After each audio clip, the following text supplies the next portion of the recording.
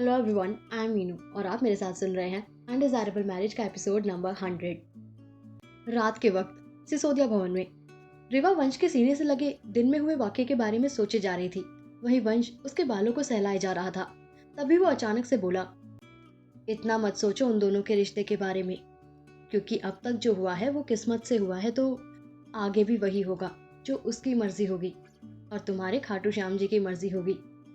वैसे भी दोनों को तजुर्बा है रिश्ते का, दुनिया का। हमसे ज्यादा निभा लेंगे एक दूसरे के साथ ये बंधन।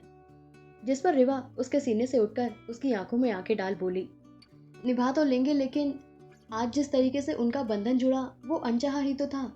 मोहब्बत भरे बंधन फिर भी निभ जाए, लेकिन अनचाहे बंधन निभते हैं क्या? याद नहीं, जब आपने मुझसे अनचाहा बंधन जोड़ा तो इतनी नफरत हो रही थी मुझे आपसे। मैं तो आपकी शक्ल तक नहीं देखना चाहती थी, क्योंकि वो शादी मेरे लिए बिल्कुल भी डिजायरेबल नहीं थी। ये सुन वंश उससे बोला, मानता हूँ उस वक्त था, लेकिन अब तो नहीं है ना। तब सिर्फ मैं तुमसे प्यार करता था, लेकिन अब तो तुम भी करती हो ना। वैसे भी माँ पापा का केस अलग है। पहले पापा उनसे प्यार करते थे और अब भी बहुत ज्यादा करते हैं। वहीं माँ के एहसास बदलते देखे हैं हमने। ऊपर से माँ उनसे नाराज भी नहीं है, तो यहाँ बंधन के अनचाहे होने का कोई सवाल ही नहीं है। उनकी शादी अनडिजायरेबल नहीं, डिजायरेबल मैरिज है। इसलिए ज्यादा सोचना बंद करो और सो जाओ, वरना कल शादी में लेट पहुंचेंगे। और ये कहते हुए उसने रिवा के माथे पर अपने लब रख दिए, जिस पर रिवा भी मुस्कुराकर कसकर उसे गले लगाते हुए आंखें बंद कर बोली, जी आप भी सो जाइए। Good night mister quack quack बतख सिसोदिया। तो वंश भी हंसते हुए बोला, गुड नाइट मिसेस चिटचैट। और फिर दोनों ही कुछ वक्त में नींद की आगोश में चले गए। वहीं इस तरफ अग्रवाल मेंशन में वंशिका को नींद नहीं आ रही थी, इसलिए वो इधर से उधर बेड पर लोटपोट हो जा रही थी, जिससे बार बार दर्श की नींद में खलल पड़ रहा था। तो वो झटके से उठकर बैठते हुए चिढ़कर बोला, यार मोटू, कम से कम सोने तो शांति से दे। क्या हो गया, ऐसे क्यों लट्टू की तरह बेड पर घूम रही है? इस पर वंशिका बेड पर बैठते हुए बोली, यार समझ नहीं आ रहा, ऐसा लग रहा है कि कल से चीजें बदल जाएंगी। मेरा मतलब है, माँ ऑफिशियली पापा की वाइफ हो जाएगी तो कितना अजीब लगेगा मुझे। ऐसा नहीं है कि मुझे उनसे कोई प्रॉब्लम है। इनफैक्ट मैं खुश हूँ, बहुत खुश हूँ। लेकिन बात बस इतनी सी है कि आज तक उस जगह पर सिर्फ अंजलि आंटी को देखा है। यार, अब अचानक रिमा माँ का होना, तू समझ रहा है ना मैं क्या कहना चाहती हूँ? और ये कहते हुए वो दर्श की तरफ एक मायूसी भरी शक्ल लिए देखने लगी। तो दर्श, जो अब तक चिढ़ा हुआ था, उसके चेहरे पर एक मुस्कुराहट आ गई और वो एक गहरी सांस लेकर उसके चेहरे को अपने हाथ में थाम प्यार से उससे बोला, हाँ बाबा, मैं बहुत अच्छे से समझ रहा हूँ कि तू कहना क्या चाह रही है। लेकिन तुझे ये भी बता दूं कि वो जगह कभी माँ की थी ही नहीं, क्योंकि पापा और माँ उस रिश्ते में हमेशा दोस्तों की तरह ही रहे, उससे ज्यादा कुछ नहीं। उन दोनों के दिल में दोस्ती से ज्यादा एक दूसरे के लिए कभी कुछ आया ही नहीं।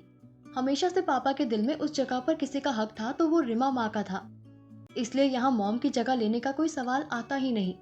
वरना तुझसे ज्यादा अपनी मॉम को लेकर पोजेसिव मैं हूँ। तुझे लगता है अगर ऐसा कुछ होता तो मैं ये सब इतनी आसानी से होने देता? नहीं ना। इसलिए तू फालतू का सोच रही है तो ये करना बंद कर और सो जा, वरना कल डार्क सर्कल्स छुपाने के लिए बहुत मेकअप करना पड़ेगा लड़की। जिस पर वंशिका एक पल को उसे घूरने लगी, पर अगले ही पल उसके साथ हंस दी और फिर उसके गले लगकर बोली, थैंक यू मेरे मन की इतनी बड़ी उलझन इतनी आसानी से सुलझाने के लिए। और अगले ही पल उसके लबों पर अपने लब रख दिए, जिसके बाद दर्श भी उसका साथ देने लगा। फिर दोनों ही मोहब्बत भरे पलों में डूबने लगे। यूं ही रात गहराती चली गई और आधी रात हो चली थी। सबकी बेचैनी हट चुकी थी, पर दो दिल थे जो अब भी बेचैन थे, और वो थे सौरभ जी और रिमा जी। रिमा जी को नींद नहीं आ रही थी, इसलिए वो गार्डन में आकर तारों से जगमगाते आसमान को देखे जा रही थी। तभी पीछे से उन्हें सौरभ जी की आवाज आई, जो उनके पास आकर बैठते हुए बोले, क्या हुआ, तुम्हें नींद नहीं आ रही क्या?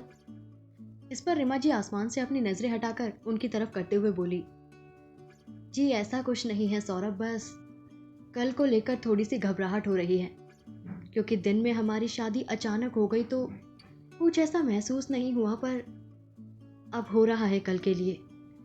और ये कहते हुए उन्होंने अपनी नजरें नीची कर ली, क्योंकि ये बात बताते हुए भी उन्हें शर्म आ रही थी, जो कि उनके चेहरे पर लाली के रूप में साफ झलक रही थी। तभी सौरभ जी अपना गला साफ करते हुए बोले, वैसे मुझे भी बहुत घबराहट हो रही है कल को लेकर, लेकिन इतना ही कह सकता हूँ कि संभाल लेंगे दोनों मिलकर साथ में। जो होगा देखा जाएगा।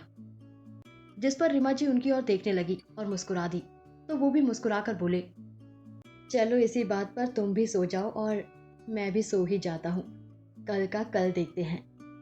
फिर दोनों वहां से उठकर अपने अपने कमरे की ओर बढ़ दिए और जाने रात के किस पहर वो भी नींद की आगोश में चले गए। अगले दिन उदयपुर हाईकोर्ट। सौरभ जी, दर्श और वंश वहां पहुंच चुके थे और घर की लेडीज का इंतजार कर रहे थे, जो रीमा जी को तैयार कर लाने वाले थे। सौरभ जी उन्हें देखने के लिए बेचैन हुए जा रहे थे और बार बार अपनी घड़ी को ताक रहे थे। तभी लगभग 11 बजे वहां उनकी गाड़ी आकर रुकी, जिसमें से पहले कल्याणी जी, रिवा और वंशिका बाहर आए। फिर वंशिका ने पीछे का गेट खोला और हाथ बढ़ाया, तो एक मेहंदी लगा हाथ उसका हाथ थाम बाहर निकलने को हुआ, जिसे देख सौरभ जी के दिल की धड़कन शोर करते हुए बोल उठी। तभी रीमा जी अपना एक पैर बाहर निकालते हुए गाड़ी से निकली और साड़ी ठीक करने लगी। उन्होंने लाल और गोल्डन रंग की बनारसी साड़ी पहनी थी और बालों को जूड़ा बनाकर गजरे से सेट किया हुआ था। कानों में हल्के से झुमके, हाथों में भरी भरी चूड़ियां और गले में एक पेंडेंट पहने वो इतनी प्यारी लग रही थी कि मानो उम्र का दायरा उन्हें छू ही ना पाया हो। वो यूं लग रही थी कि जैसे कोई नई नवेली दुल्हन हो। आखिर इन सभी चीजों से ऊपर उनके चेहरे पर किसी की नजरें महसूस करते हुए आई सुर्खी उनके रूप को और खिला रही थी। तभी वंशिका और बाकी सब उन्हें लेकर आगे बढ़े तो सौरभ जी की धड़कनें और ज्यादा तेज होने लगी, पर उन्होंने जैसे तैसे खुद को काबू किया और अपने आप में बोले, उम्र गुजर गई तुमसे मोहब्बत हुए को, जान ना पाया हुई क्यों, लेकिन अब यूं देख तुम्हें लगता है कि पल यही थम जाए, कम वक्त चलती है ये वक्त की सुई क्यों। और ये सोच मुस्कुराकर रीमा जी के साथ अंदर चल दिए। कुछ ही वक्त में वो दोनों कोट से माला पहने सबके साथ खुशी खुशी बाहर आए, जो उनकी लीगली हुई शादी की ओर इशारा कर रहा था। तभी सीढ़ियां उतरते हुए अचानक रीमा जी का पैर मुड़ गया और उनके मुंह से एक जोर की आह निकली। तो सौरभ जी तुरंत नीचे बैठते हुए बोले, अरे क्या हो गया, ध्यान रखना चाहिए था ना, दर्द हो रहा है, दिखाओ मुझे। और ये कहते हुए उनके पैर को देखने लगे। उनकी रीमा जी के लिए ये मोहब्बत और फिक्र देख बाकी सब लोग मुस्कुरा उठे। वहीं रीमा जी शर्माते हुए लेकिन दर्द में कराते हुए बोली, सौरभ रहने दीजिए, ज्यादा कुछ नहीं हुआ, चलिए घर चलते हैं। तो सौरभ जी बोले, कैसे चलकर जाओगी तुम, मोच आ गई है पैर में, रुको मैं लेकर चलता हूँ। और ये कहते हुए बिना आसपास का ख्याल किए उन्हें अपनी बाहों में उठाकर सीढ़ियां उतरने लगे। वहीं रीमा जी बस एहसासों के साथ मुस्कुराते हुए उनके चेहरे को देखे जा रही थी। तभी पीछे से ये नजारा देखते हुए वंश सबकी ओर देखकर बोला, ये ऐसा अनचाहा बंधन है जिसमें चाहत पर कोई बांध नहीं, इतने सालों की दूरी के बाद भी मोहब्बत पर पड़ी कोई आंच नहीं, वक्त के पत्थरों से जो टूट जाए आखिर ये वो कांच नहीं।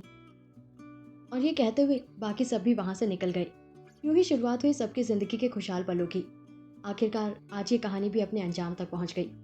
इसके साथ ही इसका उतार चढ़ाव भरा सफर भी आज पूरा हुआ। उम्मीद करती हूँ आप लोगों को ये कहानी पसंद आई होगी। इस कहानी को अपना प्यार देने के लिए बहुत बहुत शुक्रिया। और आपको ये स्टोरी कैसी लगी कमेंट करके ज़रूर बताएं। Thank you.